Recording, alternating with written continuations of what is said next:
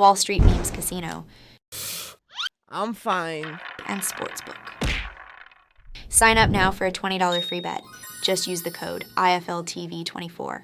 Sign up now. Terms and conditions apply. This is Oscar Bevis for IFL TV. Joe, my man, pleasure to see you. Happy New Year. Here in Sheffield today for a little press conference ahead of February the 9th, GBM show back at the new arena that they opened last time in Sheffield. How are we today?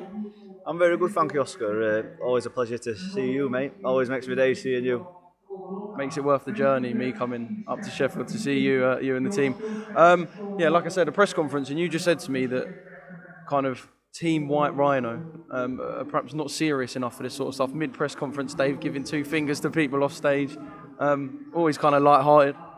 Yeah, it makes it fun, doesn't it, I guess. We're a very professional team, but at the same time, we're a very unprofessional team. We know we've got an on and off switch. We can switch it on when we need to, and we can have a bit of fun when we need to. But I guess it's all a bit of fun, isn't it? You've got to enjoy yourself along this journey. Like I said, obviously putting in the work when you guys need to. Mate, you put in some work last year. Was it 5 fights last year and 6 in your debut year? Are you not just genuinely knackered? I think you need this 2024. You need a year out, don't you? I lost count of how many fights I had now, to be honest. I think 6 in my first year, 5 in my second. It's not bad going, really. Yeah. I felt all right, mate. It was like we were sort of just ticking over all the time. It were never any mad camps or anything like that. We were just always ticking over for the next one and for the next one and for the next one. But I really enjoyed it. I think that sort of took away the tiredness aspect of it. The fact that I was just enjoying it. I was loving what I was doing, and I wouldn't be where I am today, making the progress I am without these fights. So no, it was well worth it. I can imagine that perhaps the first 3 or 4 fights is what you learnt the most from, kind of being in the professional ring for the first time. When you get to kind of like fight 8, fight 9, fight 10, would you say you learn more in them fights, or are you learning more from the sparring you're doing? Because as we've seen on your Instagram, you're going around gyms and you're doing top sparring. So at this stage, what are you kind of learning more for, the sparring or actually getting in the ring? Yeah, it's a good question, that, because I was thinking this to myself the other day. Like, my first few fights, I don't think I was experienced enough as a fighter to really take anything from them fights, if that makes sense. I was going in there not really knowing what I was doing, but just going along with it, if you know what I mean, yeah. And then, but like now, I feel like I'm not a novice fighter anymore. I've got the experience behind me now, so I feel like my last fight with MJ is probably the fight where I took more from it, because now I understand what I'm doing and why I'm doing it. So when I went in there with a game plan, and then I sort of come out of it knowing what I could have done better and what I did well. So I'd say my last fight with MJ were definitely my biggest learning fight to date, because I've actually got an idea of what I'm doing now. I feel like I'm actually quite well experienced now. Yeah, I suppose that makes sense. I was thinking you'd learn more from the early ones, but I get that point you're making. Do you ever go back and watch the early ones? I haven't, to be honest. I haven't. The thing is, with your fights, you've got a lot of people where they'll have a lot of fights and you can't really get hold of them, but I'm pretty sure near enough all of your fights are available to watch. So yeah, pretty much, especially the ones on GBM, all streamed on YouTube, so I can go back and watch them. It's not a thing the fight that I watched the most was the MJ fight, to be honest. I've never really watched much of my fights. I'll watch them. I always get home after the fight and put the fight back on and watch it back, and then maybe a couple of days after that I'll watch it again. But then once it's a couple of days after and it's gone, I'll not watch it again. But the MJ fight I did watch quite a lot, because I feel like that was my best performance to date with MJ. I boxed very well, but then I also saw the things what I could have done better.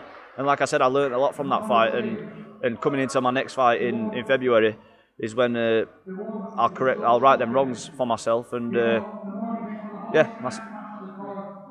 So 2024, what's the, I guess, end aim? Say we're sitting here this time next year, what do you want to have achieved in 2024? What do you want us to be talking about this time next year? How does 2024 ideally go for you? 2024, like Dave said on stage, then it's a lot more of a serious year now this year. Last year we're having fun with it, we're getting the rounds in, we're getting the experience. This year now it's time to really push on now and get the serious heads on. And obviously this next fight will be another 4-rounder. We're hoping for it to be a 6, but we've had to do a 4, so this will be my last 4-rounder, and then we'll start pushing on for 6s. And I'm hoping come 2025, that's when we'll start talking about pushing on for titles, and people start taking me as a serious name then. Are you eager for all of this? Because Obviously, there's an art in patience. I know Dave will have a head on, and I know you will too, of kind of having to wait and do things at the right time. But are you kind of really eager to get stuck in and have the domestic fights and push towards them titles perhaps sooner than you should? Yeah, definitely. I can't wait. Like seeing Stevie on stage, just been announced that she's fighting for a title, and she's. Could you have been any more buzzing, by the way? Screaming like she was buzzing. Like that's what it's about, isn't it?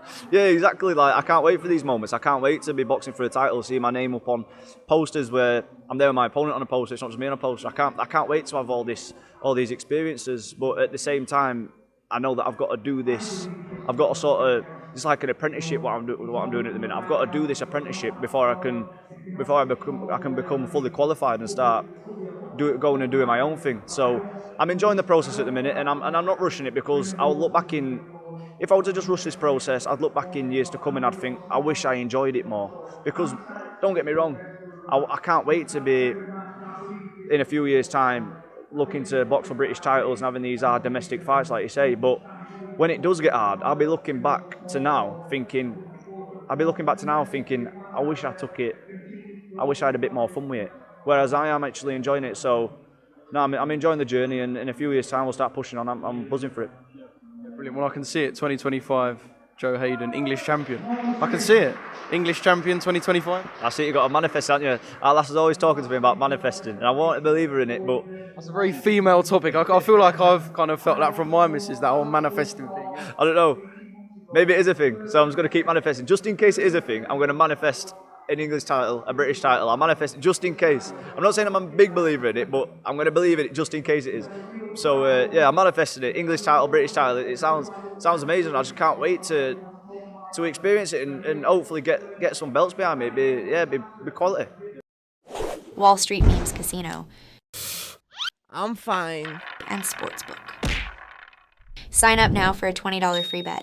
Just use the code IFLTV24. Sign up now. Terms and conditions apply.